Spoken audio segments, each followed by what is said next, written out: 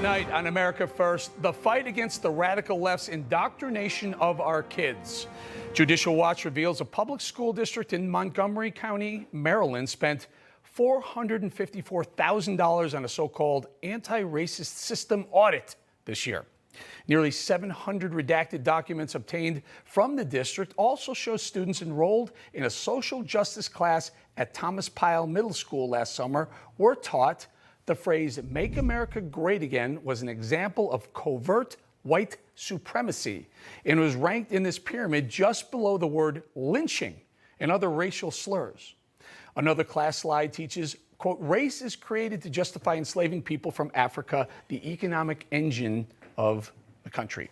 For more on this, let's bring in Judicial Watch President Tom Fitton. Tom, thank you very much for joining us. Critical race, we've been talking about it for a few months now. This is big. We're talking $454,000 from one school district to teach things like "Make America Great Again" is just below lynching on a scale of racist commentary.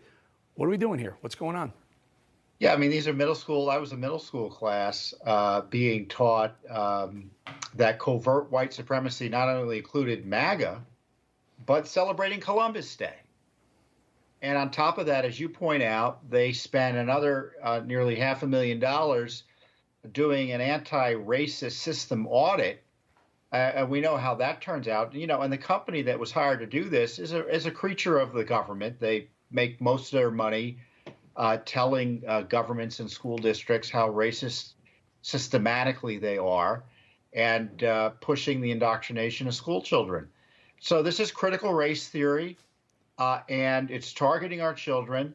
You know, my view is that we can have philosophical disagreements about how to proceed here, and I know the left likes it, and those of us who are principled Americans who don't believe in racial discrimination oppose it. But the whole point is, the government isn't allowed to do this. Schools aren't allowed to segregate and target kids based on their race like this. It's a violation of federal law, state law, and the Constitution. So this isn't just a dispute about policy. This is a question of outlaw curriculums, an outlaw approach to education that discriminates against kids based on their race. If you're telling a child that they're celebrating Columbus Day with their family is white supremacism, what is that kid supposed to think? They're being targeted on the basis of their skin color and ethnicity. Aside from that, Tom, I mean, these are some of the lowest ranking school districts in the country as far as performance on reading and math and whatnot, and they're spending $454,000 on teaching critical race theory or their version of what is racist or what isn't. Meanwhile, we're getting our lunch eaten by the Chinese as far as scoring on aptitude tests, reading tests, math tests. Well, in this particular county, most of the kids were never in school for in-person learning the past year, and this is what they're focused on. So they can send the kids back to school for what end? To be indoctrinated and turned into agents of change and political activists, which is also very much part of this curricula and this program that was a part of this anti-racist audit.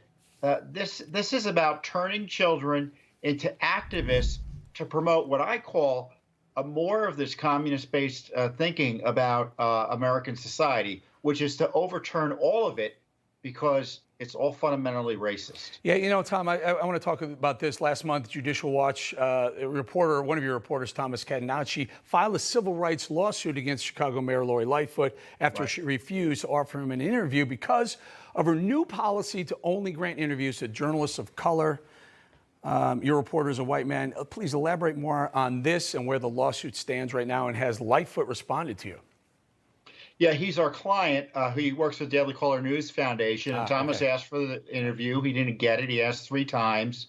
So we filed the lawsuit, and, you know, we'll be asking the court for some immediate injunctive relief. So we hope to get an answer one way or another, both from the mayor officially, and hopefully the court will deal with this. You know, Mayor Lightfoot, again, it's all part of a piece too, Eric.